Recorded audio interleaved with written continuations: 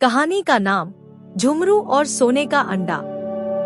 वीरपुर गांव के एक छोर पर झुमरू नाम का साधारण धोबी अपनी पत्नी राधा के साथ रहता था। मेहनती और ईमानदार झुमरू की असली पहचान उसकी मुर्गियां थी, जिनसे उसका परिवार खुशहाल जीवन बिता रहा था। झुमरू और राधा अपनी मुर्गियों से बहुत प्यार करते थे और उनकी देखभाल किसी बच्चों की तरह करते थे। उनकी मुर्गियां रोज 100 अंडे देती और झुमरू इन अंडों को बेचने के लिए रोज स्कूटर से शहर जाता था। यही अंडे उनकी रोजमर्रा की जरूरतें पूरी करने का साधन थे। झुमरू और राधा का सादा जीवन सभी को आकर्षित करता था, लेकिन किसी को इस बात का अंदाजा नहीं था कि उनकी मुर्गियां उनके जीवन में इतनी खुशियां भर देंगी। धीरे धीरे झुमरू की मेहनत रंग लाई और उन्होंने अपनी कमाई से एक फ्रिज खरीद लिया। यह उनके जीवन में एक बहुत बड़ी उपलब्धि थी और इस खुशी में उन्होंने अपने सभी पड़ोसियों को मिठाई बांटी। गांव के लोग उनकी खुशी में शामिल थे, लेकिन पड़ोसी मंगलू के मन में जलन भर गई। मंगलू भी खेती बाड़ी और गाय भैंस पालन करके अपना जीवन चला रहा था, पर उसकी गाय मुश्किल से 5 लीटर दूध देती थी और आमदनी भी बहुत कम थी। उसने झुमरू को देख जलन भरे स्वर में अपनी पत्नी से कहा, देखना, ये झुमरू एक दिन मेरा सारा धंधा चौपट कर देगा।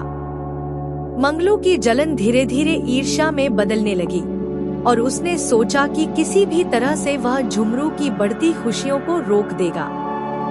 मंगलू और उसकी पत्नी ने मिलकर झुमरू की मुर्गियां चुराने की योजना बनाई। रात के अंधेरे में जब झुमरू और राधा गहरी नींद में सो रहे थे, मंगलू उनके घर में घुसा और धीरे धीरे सभी मुर्गियों को उठाकर अपने घर ले गया। सुबह उठकर झुमरू और राधा को मुर्गियां गायब मिली। दोनों ने पूरे गांव में मुर्गियों को ढूंढा, पर किसी को कुछ नहीं पता था। झुमरू दुखी होकर घर लौट आया और उसे समझ नहीं आया कि उसकी मुर्गियों के बिना वह अपना जीवन कैसे चलाएगा। कुछ दिनों बाद झुमरू और राधा ने जंगल में एक खोज अभियान शुरू किया। खोजते खोजते अचानक उन्होंने कुछ मुर्गियों को देखा जो बिल्कुल उनकी मुर्गियों जैसी लग रही थी। खुशी खुशी वे उन्हें घर ले आए। अगले ही दिन सुबह जब राधा ने देखा तो उसमें से एक मुर्गी ने सोने का अंडा दिया था। ये देखकर झुमरू और राधा की खुशी का ठिकाना नहीं रहा। यह अद्भुत घटना उनके जीवन में बदलाव का संकेत थी।